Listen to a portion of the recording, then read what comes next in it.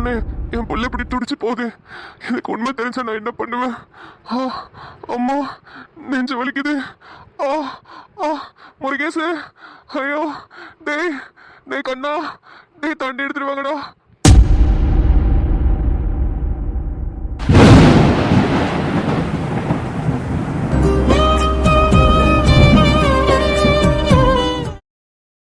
ஐயோ மதியம் என்ன அண்ணா, என்னாச்சு?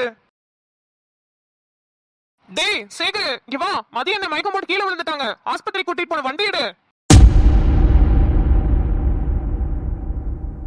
சூர்யா சார். சூர்யா, சூப்பர்ப்பா. நீ கொடுத்த ஐடியானால தான் நம்ம கம்பெனி இன்னைக்கு நல்ல ப்ராஃபிட்ல போயிட்டு இருக்கு. நீ மட்டும் இந்த ஸ்கூல் யூனிஃபார்ம் ஐடியா கொடுக்கலன்னா கண்டிப்பா நம்ம கம்பெனி எங்க போயிருக்கும்னே சொல்ல முடியாது. அடி பாதாளத்துக்கு போயிருக்கும். பரவாயில்ல சார், இருக்கட்டும். ஏதோ எனக்கு தெரிஞ்சதை நான் சொன்னேன். சூர்யா, உனக்கு பிசினஸ் ஐடியா நிறைய இருக்குப்பா. ஆனா என்ன, காசு இல்லாதனால உன்னால எதுவுமே ஸ்டார்ட் அப் பண்ண முடியல. ஆமா சார், நான் எங்க ஊர் கிராமத்திலேயே நிறைய பேருக்கு நிறைய ஐடியா கொடுத்துருக்கேன். இப்ப அவங்க எல்லாம் வளர்ந்து பெரிய ஆள் ஆயிட்டாங்க. ஐடியா கொடுத்த நானும் இன்னமும் இப்படியே தான் இருக்கேன். சூர்யா, நம்ம ஃபேக்டரியில இப்போ வரைக்கும் நம்மளுக்கு துணி தைக்கிறதுக்கு எந்த ஆர்டருமே இல்ல. ஃபேக்டரியை க்ளோஸ் பண்ற நிலைமை வரும். இங்க இருக்கிற ஆளுங்களுக்குலாம் நம்ம என்ன பதில் சொல்ல போறோம்னு ரொம்ப பயந்துட்டே இருந்தேன். நீ மட்டும் இந்த ஸ்கூல் யூனிஃபார்ம் தைக்கிற ஐடியா கொடுக்கலனா என்ன ஆயிருக்குனே தெரியாது சூர்யா. எங்களுக்கு ரொம்ப சந்தோஷமா இருக்கு. அதனால நானும் என் பையனும் என்ன முடிவு பண்ணிருக்கோம்னா, உன்னை இந்த கம்பெனியோட மேனேஜரா ப்ரமோட் பண்ணலாம்னு முடிவு பண்ணிருக்கோம் சூர்யா. சார் சார், என்ன சொல்றீங்க? உண்மையாவா? ஆமா சூர்யா. அப்ப உங்க பையன் தானே மேனேஜரா இருந்தாரு? அவனை எம்டி போஸ்டிங்ல போட்டுட்டு உன்ன மேனேஜர் ஆக்கிட்டேன் சூர்யா. இப்ப வரைக்கும் நீ சூப்பர்வைசரா நல்ல வேலை பார்த்துட்டு இருந்த. இப்ப மேனேஜரா அடிச்சு தூள் கிளப்பு. சாலரியும் 15,000 ரூபாய் ஏத்தி இருக்கோம் சூர்யா. இப்போ உன்னோட சாலரி 40,000 ரூபாய். அம்மா சார், என்னால நம்பவே முடியல. ரொம்ப நன்றி சார், ரொம்ப ரொம்ப நன்றி. பரவாயில்லப்பா, நீ எவ்வளவு நல்ல பையன். நிறைய பிசினஸ் ஐடியா வச்சிருக்க. வீட்டுக்காக எவ்வளவு உழைக்கிற. உன் தங்கச்சி நிலாவோட படிப்புக்காக எவ்வளவோ கஷ்டப்பட்டிருக்க. உங்க அப்பாவும் நீயும் சேர்ந்து இவ்வளவு கஷ்டப்படுறீங்க. உங்களுக்காக நாங்க இது கூட செய்ய மாட்டோமா? ஆமா சார், போன வாரம் கூட எங்க அப்பா என்கிட்ட ஃபோன் பண்ணி சொன்னாரு, வட்டிக்கார ரொம்ப டார்ச்சர் பண்றான் சூர்யா, ஒரு கொஞ்சம் காசு இருந்தா அனுப்பிச்சு வைன்னு. 10,000 ரூபாய் தான் சார் என்னால அனுப்ப முடிஞ்சது. இதோ இப்ப நீங்க சேலரி ஏத்திட்டீங்கல்ல, கண்டிப்பா என்னால சீக்கிரம் அடைக்க முடியும்னு நம்புறேன். உன் திறமைக்கு நீ நல்லா வருவப்பா. ரொம்ப நன்றி சார். சரி, எனக்கு உள்ள நிறைய வேலை இருக்கு. நீயும் போய் உன் வேலையை பாரு. சரிங்க சார். அப்பா, ஒரு பெரிய பாரத்தையே இறக்கி வச்ச மாதிரி இருக்கு. இந்த விஷயத்த நிலா கிட்ட சொல்லணுமே. சாய், சாய் கிளம்பிட்டியா? அம்மா, நான் கிளம்பிட்டேன். எங்க அடுத்த டிக்கெட்? ஜனனி, ஏய் ஜனனி, என்ன தாண்டி பண்ற உள்ள? சீக்கிரம் வாடி. ஏய் ஜனனி, அம்மா கூப்பிடுறாங்களே, சீக்கிரம். ஐயோ வந்துட்டாலே. வா ஜனனி, உன்னதான் தேடிட்டு இருந்தோம். ரொம்ப நடிக்காத, அப்படியே நல்லவ மாதிரி. எங்கடி என்னோட ஐப்ரோ பென்சில், மஸ்காரா, என்னோட காஜல் எதையுமே காணோம். மஸ்காரா காஜல் தேடுற, ஓகே. ஐப்ரோ பென்சில் எதுக்கு உனக்கு? உனக்கு தான் ஐப்ரோஸே இல்லையே. இண்டி, முக்கியமான இடத்துக்கு சீக்கிரமா கிளம்புங்கடின்னு சொன்னாதான் அப்பதான் ஐலைனர் காணோம், மஸ்காரா காணோம், காஜல் காணோம் வந்து நிப்பீங்களா? மா, என்னால மஸ்காரா இல்லாம காஜல் இல்லாம வெளிய வர முடியாதுமா. ஏமா தாயே, நீ வராம இருக்கிறது இந்த வீட்டுக்கும் நல்லது, இந்த நாட்டுக்கும் நல்லது. மூடிட்டு வீட்லயே இரு. தேவையா? நீ மூடு, ஓவரா பல்ல கட்டாதே. ஏய், வரீங்களா இல்லையா? உங்க சண்டையெல்லாம் அப்புறமா வந்து வெச்சுக்கோங்க. வரேன், வந்து இந்த மூஞ்சிய வெப்சைட்ல போடுறேன், ஒருத்தன் கையில புடிச்சு குடுக்குறேன், இந்த வீட்டை விட்டு துரத்துறேன். மூஞ்சிய வெப்சைட்ல போடுறியா? உன் மூஞ்சியெல்லாம் தயவு செஞ்சு வெப்சைட்ல போட்றாத. எவனும் ஓபன் பண்ணி பார்க்க மாட்டான். ஹே, என் மூஞ்சி நான் எதுக்கு வெப்சைட்ல போடுறேன்? என் மூஞ்சி எல்லாம் வெப்சைட்ல போடணும்ன்ற அவசியமே இல்ல. எனக்கு தான் ஆளுங்க லைன்ல நிக்கறாங்களே. ஓ மூஞ்சிக்கு தான் ஒருத்தன வர மாட்டான். அதான் நம்ம எல்லாரும் சேர்ந்து இப்ப மேட்ச். ஜனனி, அம்மா என்னாச்சு? அவ என்ன சொல்றா? என் மூஞ்சிய வெப்சைட்ல போட போறாளா? ஐயோ, ஒளிரிட்டோமே. தாய் கிழவி அடிச்சே சாவடிச்சிருவாளே. என்ன சொல்லி சமாளிக்கலாம்? ஏய் சாய், அவ ஒரு மண்டக்குளமன கேஸ்னு உனக்கு தெரியாதா? இப்படிதான் ஏதாவது பைத்தியம் மாதிரி ஒளறிட்டு இருக்கோம். வா, நம்ம கிளம்பலாம். அம்மா ஒரு நிமிஷம். ஹாஸ்பிட்டல் போலான்னு கூப்பிட்டீங்க, அதுக்காக தான் நான் கிளம்பி இருக்கேன். வேற எங்கேயாதுன்னா நான் வரலமா. சாய், ஹாஸ்பிட்டல் தாண்டி போறோம். நீ வாய மூடு ஜனனி. சாய், இங்க பாருமா, நம்மளுக்கு தெரிஞ்சவங்க ஒருத்தவங்க ஹாஸ்பிட்டல் அட்மிட் ஆயிருக்காங்க தான். நம்ம ஹாஸ்பிட்டலுக்கு தான் போறோம். அது உண்மைதான். ஆனா போயிட்டு வர வழியில மேட்ரிமோனி ஆபீஸ்க்கு போய் உன்னோட பேரு போட்டோலாம் ரெஜிஸ்டர் பண்ணிட்டு தாமா வர போறோம். அம்மா, ஹாஸ்பிட்டல் வரைக்கும் ஓகே, அதுக்கப்புறம் மேட்ரிமோனிக்குலாம் என்னால வர முடியாதுமா. என்னோட முடிவை நான் ஏற்கனவே உங்ககிட்ட சொல்லிட்டேன். ப்ளீஸ் என்னை விட்டுருங்க. சாய், அம்மா சொல்றத கேளுடாமா. ஏமா இப்படி பண்ற? ரொம்ப பிடிவாதமா இருக்க உன்னோட முடிவுல. கொஞ்சம் மாத்திக்க கூடாதா? அம்மாக்காக, அப்பாக்காக, அடுத்து உன் தங்கச்சி வேற இருக்கா, அவளுக்கும் கல்யாணம் பண்ணணும். இத்தனை பேருக்காக உன் முடிவை கொஞ்சம் மாத்திக்க ட்ரை பண்ண சாய். அம்மா, நீங்களே கொஞ்சம் யோசிச்சு பாருங்கம்மா. என்னால அந்த பையனோட குடும்பம்னு எல்லாரோட வாழ்க்கையும் கெட்டு போணுமா? என்ன கல்யாணம் பண்ணிக்கலனா அந்த பையன் வேற ஒரு பொண்ணை கல்யாணம் பண்ணிக்கிட்டு சந்தோஷமா இருப்பான். அந்த பையனோட குடும்பமும் சந்தோஷமா இருப்பாங்க. அம்மா, நீங்க ஒரு பையனுக்கு அம்மாவா இருந்தா என்ன மாதிரி ஒரு பொண்ணை உங்க பையனுக்கு கல்யாணம் பண்ணி வைப்பீங்களான்னு யோசிச்சு பாருங்கம்மா. அம்மா, என்னை விட்டுடுங்க. நான் அப்படியே ஒரு ஓரமா இந்த வீட்ல இருந்துட்டு போயிடுறேனே. அப்படியும் உங்களுக்கு நான் பாரமா தெரிஞ்சேனா நான் ஏதாவது ஹாஸ்டல்ல போய் கூட ஸ்டே பண்ணிக்கிறேமா. ப்ளீஸ் எனக்கு கல்யாணத்தை பத்தி மட்டும் பேசாதீங்க. ஏ சாய், கிறுக்கு மெண்டலா நீ? என்ன வாய் அசிங்கமா வந்தற போது எதுக்கு இப்படி லூசு மாதிரி பேசுற? உன்னை யாராவது இந்த வீட்ல பாரமா நினைப்பாங்களா? பைத்தியம். ஹாஸ்டல்ல ஸ்டே பண்ண போறலாம். ஹாஸ்டல்ல பேக்ல தூக்கிட்டு கிளம்பு. யாரு வேணானா? ஜானு, என் நிலைமை உனக்கு வந்தாலும் நீ என்ன மாதிரி தான் யோசிப்ப ஜானு. புரியுதுடி, நீ ஒரு பக்கம் வீட்டுக்கு பாரமா தான் இருக்க, இல்லன்னு சொல்ல மாட்டேன். அதுக்குன்னு ஹாஸ்டல் போறேன்னு சொல்லிருவியா? ஹாஸ்டல்லாம் வேணா சாய், இங்க பக்கத்துல ஏதாவது வீடு எடுத்து தங்க. ஹாஸ்டல் சாப்பாடு பிடிக்கலன்னு மறுபடியும் வீட்டுக்கே வந்துட்டீனா அதுக்கு தான் சொல்றேன். பக்கத்துல வீடு எடுத்து தங்கிட்டீனா அம்மா அப்பா உனக்கு சாப்பாடு கொடுத்துருவாங்க. சீ, கொஞ்சம் கூட மனசாட்சி இருக்காது போல, மானகெட்டவ. என்ன நீ இழிப்பு வேற. சீ, வாய மூடு. சாய், அம்மா நான் சொல்றத சொல்லிட்டேன். இதுதான் என் முடிவு. இதுக்கப்புறம் என் முடிவை மாத்திக்க முடியாதுமா. வாங்க ஹாஸ்பிட்டல் போயிட்டு அப்படியே ஹோட்டல்ல போய் பிரியாணியை சாப்பிட்டுட்டு தியேட்டர்ல போய் ஒரு நல்ல படமா பார்த்துட்டு அப்படியே வீட்டுக்கு வந்துடலாம். ஜனனி வாய மூடிட்டு, எனக்கு வர கோவத்துக்கு உனக்கு கழுத்து நெரிச்சு கொல்லலாம் போல இருக்கு. ஜனனி சொன்னதான் கரெக்ட். வாங்கம்மா ஹாஸ்பிட்டல் ஃபர்ஸ்ட் போலாம். ஜானு நீ வா. கடவுளே, என் பொண்ணு சாய் ரொம்ப ரொம்ப நல்லவ, நல்ல மனசு உள்ளவ. அவளுக்கு மட்டும் ஏன் இந்த கஷ்டத்தை கொடுக்குற? இந்த பிரச்சனையெல்லாம் சீக்கிரமா சரியாகணும் கடவுளே. சாய் கல்யாணத்துக்கு ஒத்துக்கிட்டு அவளுக்கு வரப்போற பையன் நல்ல பையனா அமைஞ்சு அவ லைஃப்ல நல்லா இருக்கணும் கடவுளே, சந்தோஷமா இருக்கணும். அதுக்கு நீதான் கடவுளே எப்படியாவது சாயோட மனசை மாத்தணும். சில நாளில் நீ என் தாயே, சில நாளில் நீ என் சேயே. அண்ணா நிலாமா, எப்படிடாமா இருக்க? நான் இருக்கிறது இருக்கட்டும். நீ எப்படி இருக்க? எத்தனை வாட்டி உனக்கு கால் பண்ண, ஒரு ஃபோன் கூட அட்டென்ட் பண்ணல. நீ இப்படிலாம் பண்ண மாட்டேன்னு. நான் கால் பண்ணா உடனே அட்டென்ட் பண்ணி பேசுவியே, என்னாச்சுன்னு? நிலாமா, ஒரு முக்கியமான ப்ராஜெக்ட் போயிட்டு இருந்துச்சுமா, அதனால தான் நீ ஃபோன் பண்ணும்போது என்னால அட்டென்ட் பண்ண முடியல. நான் வாட்ஸ்அப்ல உனக்கு மெசேஜ் பண்ணனே. மெசேஜ் பார்த்தனே. என்னென்ன ப்ராஜெக்ட்? அதெல்லாம் அப்புறம் சொல்றேன். ஃபர்ஸ்ட் நீ எப்படி இருக்க? சாப்பிட்டியா? கால் எப்படி இருக்கு? எல்லாம் ஓகேவா? இல்ல எதுவும் அங்க பிரச்சனையா? நான் ரொம்ப நல்லா இருக்கேனே. சாப்பிட்டேன், எனக்கு கால் பரவாயில்ல, இங்க ஒரு பிரச்சனையும் இல்லைண்ணே. நான் ரொம்ப ரொம்ப நல்லா இருக்கேன். நீ எப்படி இருக்க? அங்க என்ன பண்ற? அப்பாட்ட பேசுனியானே? நீ எப்ப இங்க ஊருக்கு வர? போன வாரத்துல தான் அப்பாட்ட பேசினேன் நிலாமா. அப்ப கூட சொல்லிட்டு இருந்தாரு, இந்த வட்டிக்காரன் ரொம்ப டார்ச்சர் பண்றான் சூர்யா, கொஞ்சம் காசு இருந்தா கூடன்னு.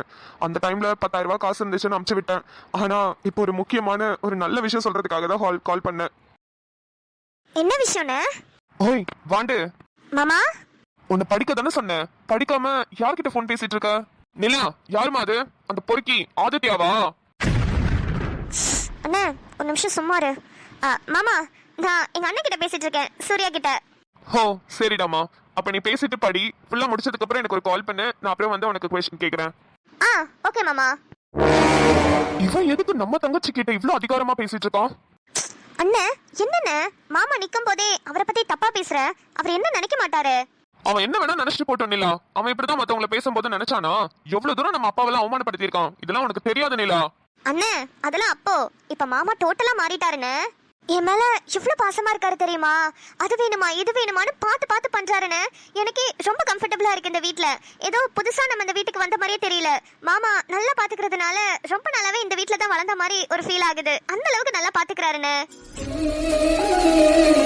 ஆனா சத்தியமா சொல்றேன்னு, மாமா கிட்ட ஒரு 10 நிமிஷம் நேர்ல பேசணும்னு வச்சுக்கோயேன், மாமா உனக்கு ரொம்ப பிடிச்சிருன்னு.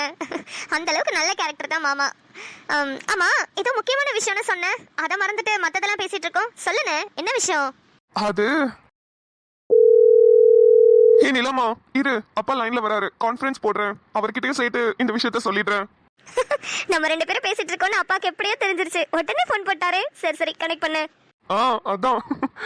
அண்ணா கனெக்ட் பண்ணிட்டு நீ கொஞ்ச நேரம் மியூட்லயே இரு, நான் பேசுறேன். அப்ப எப்படி அண்ணன் போன் உன்கிட்ட இருக்குன்னு கேட்பாரு, கொஞ்ச நேரம் அப்படியே கலாய்ப்போம். சரிம்மா. நிலாமா கனெக்ட் பண்ணிட்டேன், பேசு. வேணா. ஹலோ, யாரு? நிலாவா? ஆமா நான் நிலாதான். நீங்க யாரு? எங்க அப்பா போன்ல இருந்து நீங்க பேசுறீங்க, யாரு நீங்க? நிலா, நான் சேகர் பேசுறேம்மா. சேகரண்ணே நீங்களா? சொல்லுங்கண்ணே. அப்பா எங்க? அப்பா போன்ல இருந்து நீங்க எங்களுக்கு போன் அடிச்சிருக்கீங்க. நிலா, அப்பாக்கு என்னாச்சுன்னு தெரியல, திடீர்னு நெஞ்சு வலி வந்து மயக்கம் போட்டு கீழே விழுந்துட்டாரு. நாங்க எல்லாம் ஆஸ்பத்திரியில சேர்த்திருக்கோம் நிலா. சூர்யா தம்பிக்கு அதுக்கு தான் போன் அடிச்சோம், ஆனா அது என்னவோ உனக்கு போயிருச்சா என்னன்னு தெரியல. சேகரண்ணே, அண்ணா என்னண்ணே சொல்றீங்க? அண்ணா எந்த ஆஸ்பத்திரிண்ணே? அண்ணா சூர்யா பேசுறேன். அண்ணா சொல்லுங்கண்ணே, எந்த ஆஸ்பத்திரியில சேர்த்திருக்கீங்க? சூர்யா தம்பி கார்த்திக் மல்டி ஸ்பெஷாலிட்டி ஹாஸ்பிட்டல்ல சேர்த்திருக்கோம்ப்பா, கொஞ்சம் சீக்கிரம் வாங்கப்பா. இந்த உடனே வரேண்ணே. அண்ணா கொஞ்சம் பக்கத்துல இருந்து அப்பாவை பாத்துக்கோங்கண்ணே, நான் இப்பவே வந்துடுறேன். சரிப்பா, நீங்க வர வரைக்கும் நாங்க கூடவே தான் இருப்போம். நீங்க சீக்கிரம் வாங்க. அண்ணா அண்ணா நீலாமா, நீ அழுவாத. அத்தை பக்கத்துல இருக்காங்களா? போனை கொடு. அண்ணா அத்தை எல்லாமே கோயிலுக்கு போயிருக்காங்கன்னு. இப்ப வீட்ல இருக்கிறது ஆதி மாமா மட்டும்தான். சரி, நீ போனை வை, நான் அத்தைகிட்ட ஃபோன் பண்ணி பேசிக்கிறேன். ஈஸ்வரி அக்கா, எனக்கு ஒரு ஆப்பிள் ஜூஸ் கேட்டிருந்தேனே, சீக்கிரம் எடுத்துட்டு வாங்க. எவ்வளவு நேரம்?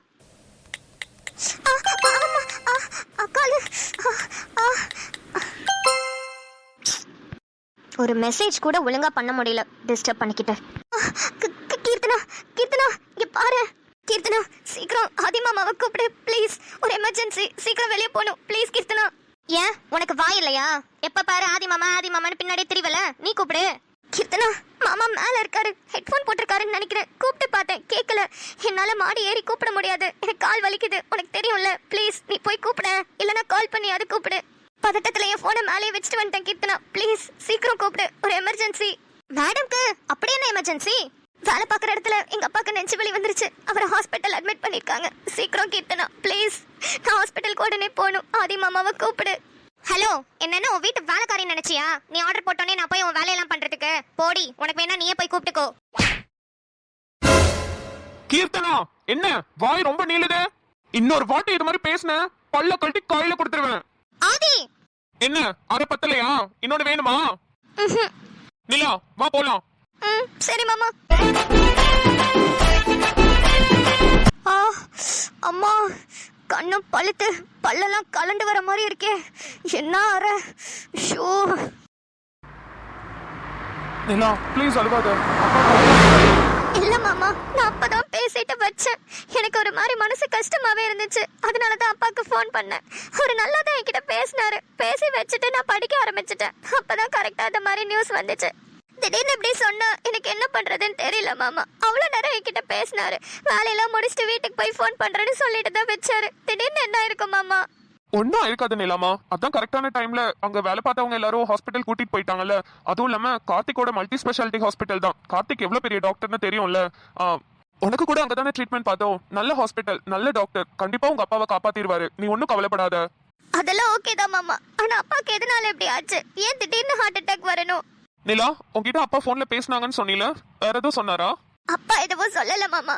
ஆனா அண்ணன் தான் சொன்னான். போன வாரம் அண்ணனுக்கு அப்பா ஃபோன் பண்ணி வட்டிக்கார ரொம்ப டார்ச்சர் பண்றான்டா, கொஞ்சம் காசு இருந்து அமுச்சு விடுன்னு கேட்டாராம். அண்ணன் 10,000 ரூபாய் தான் கையில இருந்துச்சுன்னு அப்படியே அமுச்சு விட்டேன்னு சொன்னான். அப்ப ஒருவேளை மறுபடியும் அந்த நாள் வந்து ஏதாவது டார்ச்சர் பண்ணிருப்பானோ? அதை நினைச்சுதான் அப்பாக்கு இது மாதிரி நெஞ்சு வலி வந்திருக்குமோ? அப்படிதான் நினைக்கிறேன் மாமா, எனக்கு சரியா தெரியல. ரொம்ப பயமா இருக்கு மாமா, அப்பாக்கு எதுவும் ஆகக்கூடாது. நிலாமா,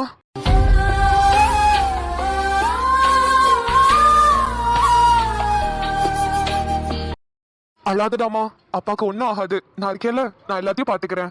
என்னாலதான் மாமா, நான் ஒருத்தி படிக்கணுங்கிறதுக்காக குடும்பத்துல இருக்கிற எல்லாரும் கஷ்டப்படுறாங்க.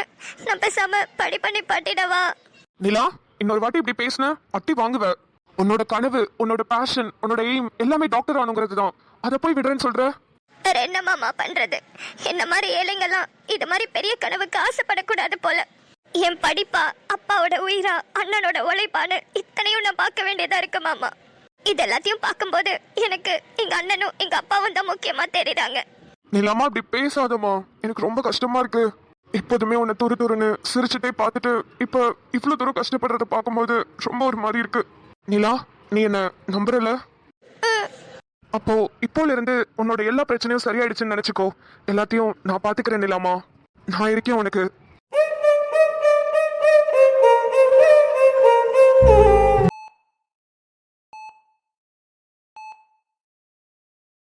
என்னம்மா, ரிசப்ஷன்ல யாரையுமே காணோம். இப்ப அவங்க எந்த ரூம்ல அட்மிட் ஆயிருக்காங்கன்னு நம்ம எப்படி கண்டுபிடிக்கிறது? ஜனனி, வார்டுக்குள்ள போய் பார்த்துட்டு வா. அங்க நர்ஸ் இருந்தாங்கன்னா அவங்க கிட்ட பேர் சொல்லி கேளு.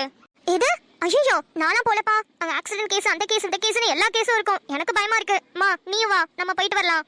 ஏண்டி மாடு மாதிரி வளர்ந்துருக்க, இவ்வளவு வாய் பேசுற? இத கூட பாத்துட்டு வர முடியாதா?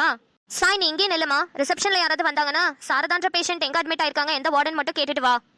சரிம்மா. போடி, பராக்கு பாத்துட்டே நிப்பா. என்னதோ ஏதானதோ கண்ணாடி போல் உடைந்திடும் மனது கவிதை ஒன்று பார்த்து போக கண்கள் கலங்கினாலும் அம்மா, ஏங்க பாத்து போலாம்ல, இப்படி